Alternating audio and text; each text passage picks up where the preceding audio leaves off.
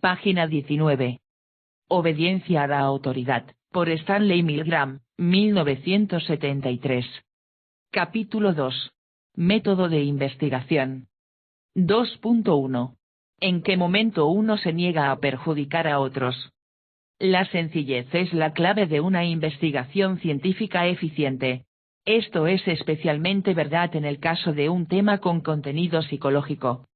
Un tema psicológico es ya, por su misma naturaleza, difícil de ser captado, y sujeto a tener con toda probabilidad muchos más aspectos de los que puedan aparecer a primera vista.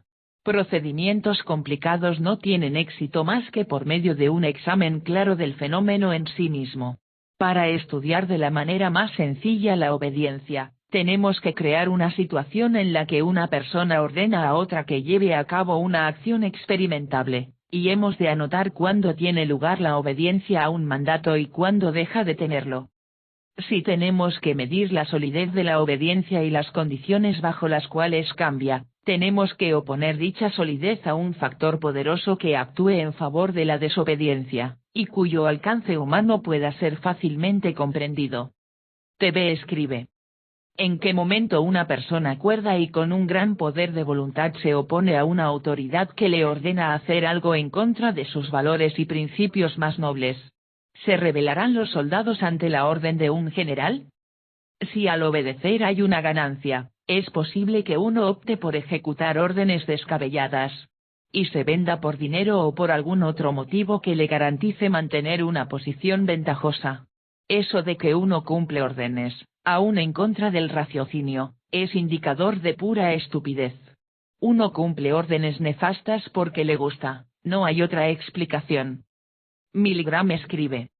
De todos los principios morales, es este el que más se acerca a un principio universalmente aceptado: no ha de infligirse sufrimiento alguno a una persona indefensa que ni es dañosa, ni le amenaza a uno. Este principio constituye la fuerza contraria que vamos a colocar en oposición a la obediencia.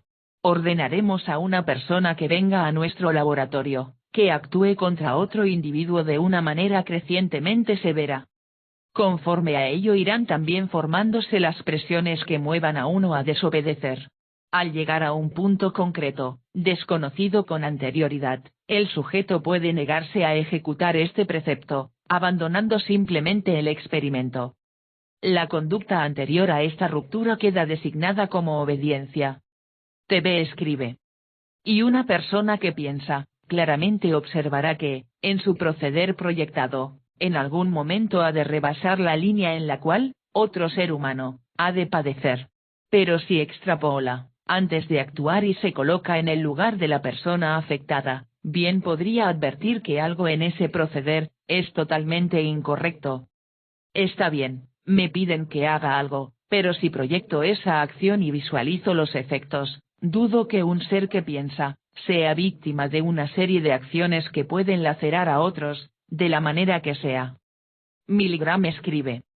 El punto de ruptura es el acto de desobediencia y puede tener lugar antes o después, dentro de una secuencia de preceptos que nos procuran la medida necesaria. El modo preciso de obrar contra la víctima no tiene una importancia capital. Por razones técnicas, se escogió para nuestro estudio el proporcionar una descarga eléctrica.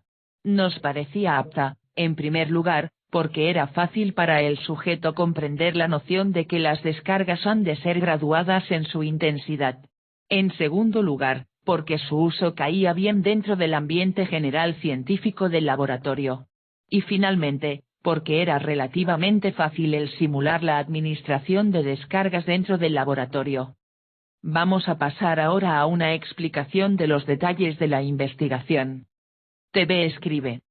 Hablando del experimento social de Stanley Milgram, si me piden que sea partícipe de un experimento en donde con mis actos voy a lastimar a un ser humano, de manera inmediata, pediría aplicar el castigo máximo a quien me pide eso, para que experimente primero lo que él quiere que se haga en otros.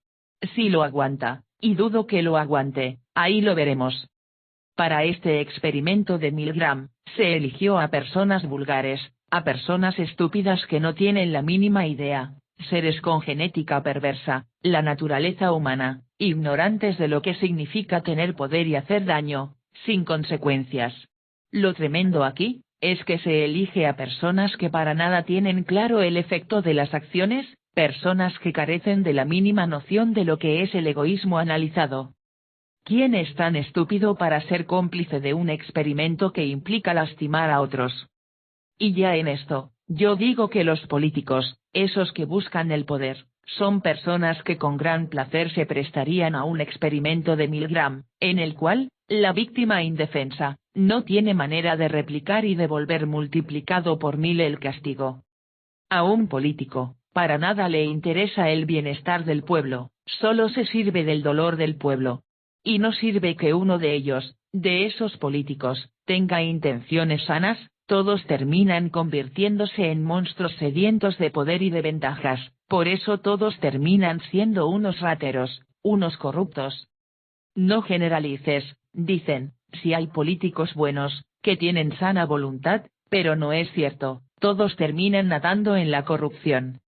Siempre gozará el ser humano haciendo daño a otros, si al hacerlo, obtiene ventajas y no hay manera de que sea enjuiciado. Pero, ¿quién se goza si al repartir daño lo hace contra su madre o sus hijos? ¿Harían sufrir a su madre? Cuando no se miden las consecuencias de las acciones, se vive en un aprieto, porque se mancillan los valores más profundos de la convivencia sana. Pero la convivencia social se viste de eso, de la indolencia hacia aquellos que no son de nuestra tribu. Al rico industrial jamás le importará el aprieto económico en el que viven sus empleados, para nada se coloca en la posición del pobre, del empleado, al contrario, quiere fijarles el salario más bajo posible y que sea legal. Uno ama a sus hijos, a sus seres allegados, pero en cambio sí está dispuesto a provocar daños en otros de manera indolente y es así como el cacareado amor al prójimo, viene a ser solo una farsa, una emoción que discrimina. El amor es pura discriminación. Participar en un experimento de Stanley Milgram, es demostrar cuán emocional y racionalmente estúpido es uno. Bajo ninguna circunstancia es moralmente aceptado dañar físicamente a otros, y quien lo haga, debe ser colgado hasta morir. Pero, para esto, debe haber verdugos, que deben estar desprovistos de emoción, de empatía, pero deben tener muy claros los preceptos de la justicia admitida legalmente. Estos seres degenerados mentalmente, son excelentes voluntarios para el experimento de Milgram. Pero ahora, vea, como en las modalidades de la educación académica, bien los docentes del siglo pasado, serían excelentes voluntarios para un experimento tan perverso. Castigar ante el mínimo error, e incrementar los castigos si se continúan cometiendo errores. La idea es, a quien no se ajuste socialmente según las demandas sociales, con gran libertad, se le puede hacer sangrar. Si es que hace daño y provoca desorden social. Pero los jueces, son humanos y todo se presta a una incipiente corrupción. El dilema es que, por ocasión de los derechos humanos, criminales confesos, deben ser tratados con pleitesía, y el que gobierna, se ablanda, predica el amor, y por hacer eso, es débil, y todo se le sale de control. ¿Qué locura es esa política de abrazos y no balazos? Thomas Hobbes lo dejó claro, no hay acuerdos y no hay espadas amenazantes para ambos bandos en discordia. La bestia humana que hace daño social, no está para ser acariciada, se le debe ajusticiar sin miramientos. El que gobierna, no puede andar con estas cosas del experimento de Milgram, debe proceder de inmediato y sin remilgos. En una situación de experimento de Milgram, si uno quiere divertirse y adivina el truco, pasaría de un sopetón al máximo castigo. Que pongan en la silla del acusado a mi vecino que aborrezco bajo mi poder para dar castigo, y le aplico de una buena vez el máximo dolor. Para que aprenda de una buena vez, y se ablande. Pero, ¿por qué uno piensa y se comporta así? Es simple, se siente gran placer en aplicar dolor a otros, que nada son en nuestro círculo de poder. Si voy a la guerra, no me importa quién del bando contrario se me ponga a modo de que lo haga sangrar, lo haré sangrar con gran gusto, como un jugador de fútbol, se goza de meter goles al equipo contrario. Si gano, me han de tomar como un héroe. Mas, ¿De dónde surge esa necesidad de ser visto como héroe? Es pura homosexualidad neuronal, la necesidad de ser levantado en hombros, de brillar. Página 19.